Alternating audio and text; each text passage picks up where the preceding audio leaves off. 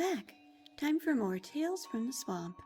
Today, we have another spooky story, The Cabin in the Woods, Volume 2, as told by Mogan, son of Moloch.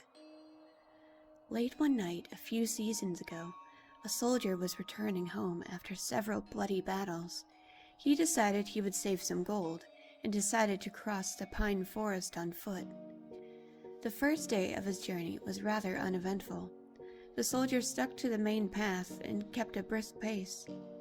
When it started getting dark, he set up his bedroll, built a small fire, and cooked up some rabbit he had caught. No, not a rabbit, they're so cute. A fine day indeed, he thought to himself as he fell asleep. Partway through the evening, the soldier was woken up by soft sobbing in the distance.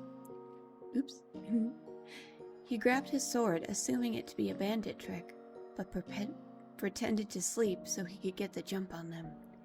After a few minutes, the sobbing started moving away from his camp, until he could no longer hear it. For the rest of the night, he slept with one eye open.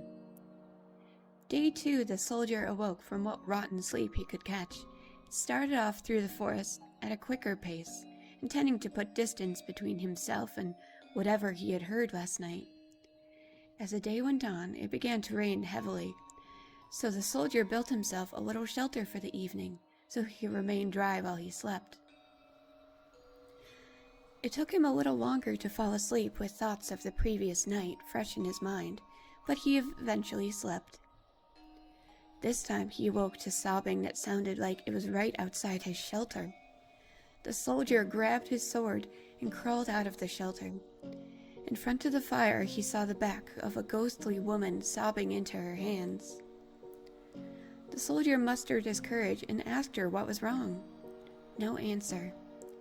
He began to slowly approach, but before he could reach her, she turned and screamed at him. The ghostly woman raised an axe and began to run at the soldier, disappearing before she made contact.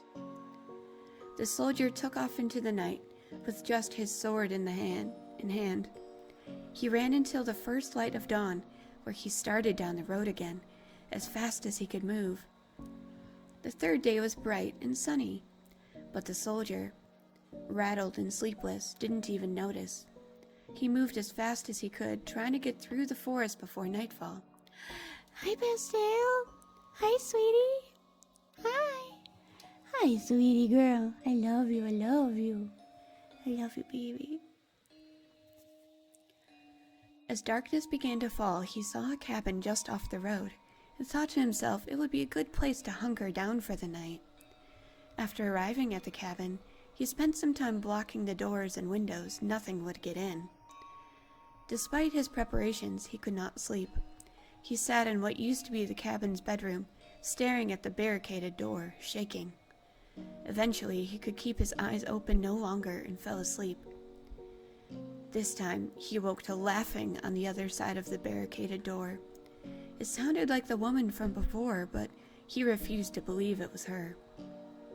The soldier burst through the barricaded door into the main room to find the ghostly woman from the night before, staring at the ground, laughing hysterically with axe in hand. He began to relentlessly attack the ghostly woman, but he could feel his strikes were less effective. He used a scroll of firebolt, which drew a scream from her, and she exploded, disappearing. The ordeal was over. The ghost was gone. The soldier slept well that night, and the next day made excellent distance through the woods. As the sun began to set, he came out on the other side of the forest and looked back, remembering the days before.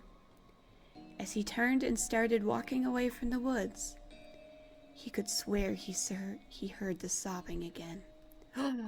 Dun dun dun! Inigo, wasn't that spooky? That was so spooky! I hope you weren't too afraid, Fiona. I know you're brave.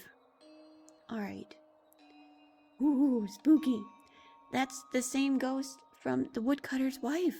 Plot twist.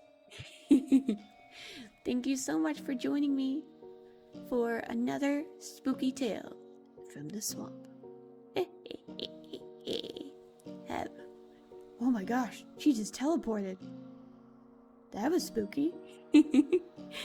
Alright, have a very comfy night. Goodbye.